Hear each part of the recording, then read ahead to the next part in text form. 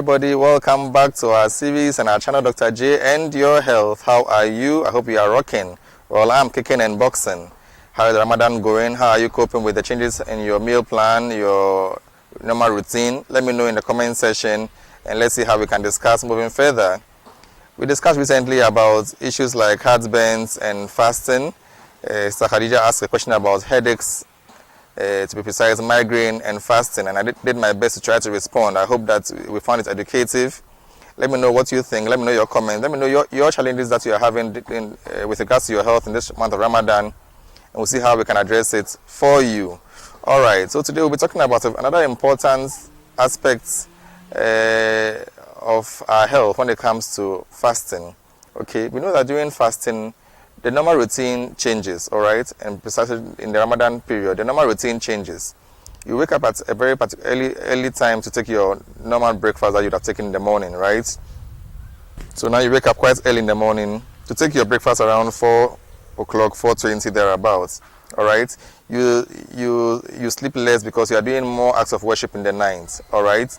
Now you skip your lunch and then you take in something in the evening as supper to break your fast. Right, so this is a sharp change in your normal routine for somebody who has not probably tried to practice fasting prior to the month of Ramadan. Okay, so there's a drastic change in your routine, which could lead to which could just sort of shock the body. All right, so the body could just be taken aback by the drastic change in this routine that you are now used to for the next 30-day period.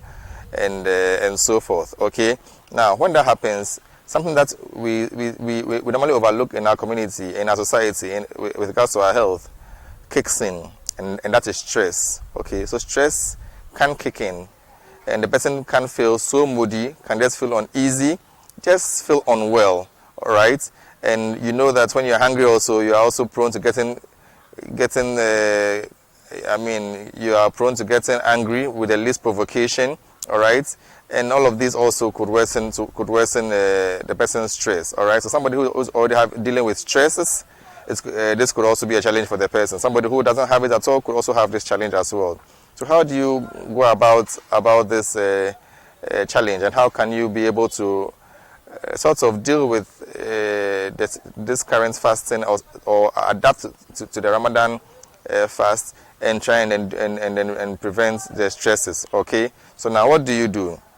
First and foremost, I hope that before the Ramadan you have engaged in preparation for the Ramadan. All right, where you tackle certain optional fasting to get the body ready for Ramadan. All right, let's hope that you did that. If you did that, then at least gradually you've been able to move into the season without much worry. All right, if that hasn't happened, it's still not too late. You can still adapt. Now, growing up, we learned of a particular hadith by Prophet Sallallahu, okay, that whenever anybody is to provoke you when you are fasting, you should say what?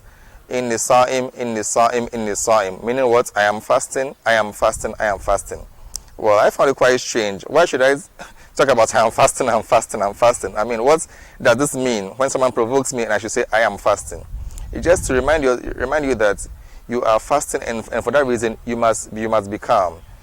For that reason, psychologically, you must tell yourself that no, I don't have the energy to respond to this provocation. So let me walk away.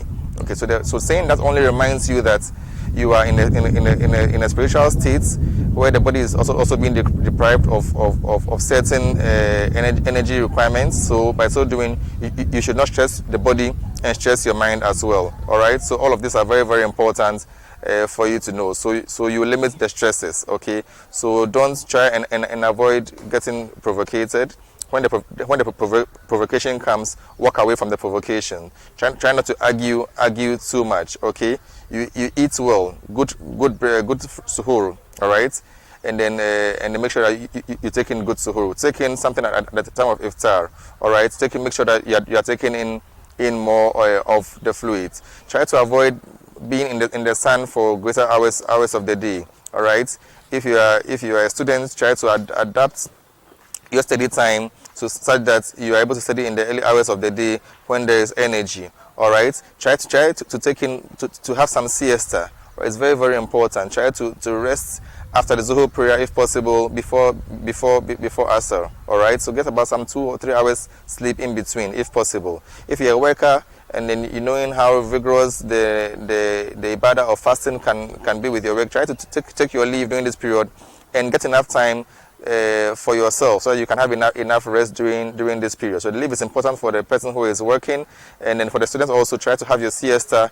It's very, very important. Try to get enough sleep in during the day, so that during the night that you stay awake, you're able to balance for the lack of sleep, because lack of sleep also is a major contributor to stress. Okay, so it's very important that we try our possible best to also adapt your lifestyle changes to try and then cope with this matter, and avoid unnecessary talk. All right, there's no need to always be the one to talk about so many issues. Walk away whenever there is any argument. Walk away whenever someone provokes you. Walk away. Learn to walk away and learn to know that being right doesn't mean you have to always argue your way out or always defend your point. At times, silence is golden, and golden in silence in the month of Ramadan could kick away the stress and give you a very peaceful Ramadan to enjoy. So I hope that we've learned a lot. I hope that we are learning to overcome some of these negative attributes which tend to affect our Ramadan fast, and by so doing affect our health. Okay, so I hope that we are learning. Keep the comments coming. Let me know what more you want to know about fasting and your health, and I'll be here to respond to you. Let's make health our priority always. Keep subscribing, click the like button, and share. Bye-bye.